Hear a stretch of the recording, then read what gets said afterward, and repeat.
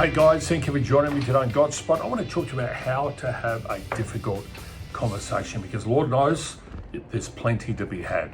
In John 8 verse 7, so when they continued asking him, he raised himself up and said to them, he who is without sin among you, let him throw a stone at her first. This is a very awkward situation. A woman has been caught in adultery in the very act. In biblical times, that was death by stoning. So it's a horrible thing. She's been brought before Jesus. She's been used. You could say because of this, she's the innocent bystander, because what these men are trying to do is ruin and stain the reputation of Jesus, who claimed to be the Son of God. And Jesus, when you look at it, whatever conversation he has, he was the master of difficult conversations. When he said that comment, he was without sin among you, cast the first stone. It's amazing, they all just walked away. He undid everything they tried to do with one statement. Wouldn't it be great to be like that?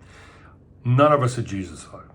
But there is some ways and techniques that we can use to have those difficult conversations. Number one, start with a goal in mind. Going into a difficult conversation without a goal can be really challenging.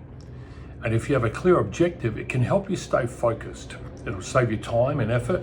It'll reduce your stress and anxiety and even improve your communication to the point you come to a mutual understanding. Number two, aim to understand.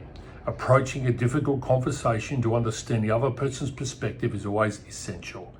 Doing so promotes mutual respect, empathy, and problem solving, while reducing the defensiveness and misunderstandings that potentially could go on.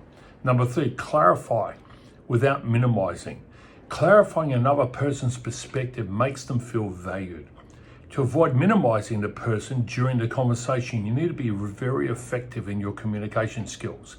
And you have to suspend your beliefs and judgments and try and understand their viewpoint. Number four, choose the right time and setting.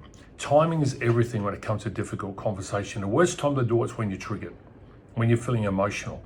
At least give it 24 hours, maybe find a public space, and that way it's out in the open and you know that your behaviors are being observed, so people tend to react differently when they're in a public space. Number five, stay focused on the topic at hand. It's too easy to get off topic and attack the person. Don't do that.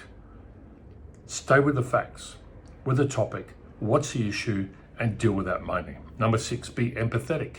Empathy is perhaps the most important relational skill because it gives you the ability to put yourself in someone else's shoes and begin to see things the way they see it. I know there are some situations where people have told me what they've felt and I've gone, you know what? I agree. I'd feel exactly like that and I'm so sorry I made you feel that way. It's really important. Number seven, express your thoughts and feelings. This is the opportunity to put it on the table. Express your thoughts, your feelings constructively by using an assertive communication strategy that allows you to communicate in a way that's honest, direct, and clear without attacking the person. Number eight, there may not be an agreement by the end of the conversation. Recognize that you don't need the other person to agree with you, and that's okay because you don't necessarily agree with them.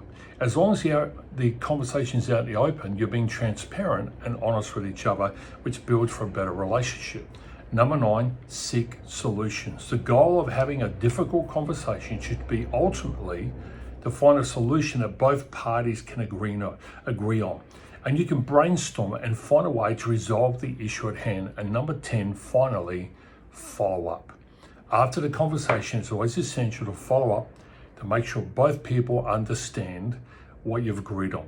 Sometimes it takes an email as per discussion, and sometimes it takes a phone call. Whatever it is, I hope this helps you and equips you to have that difficult conversation. Don't hesitate, dive in and do what's necessary.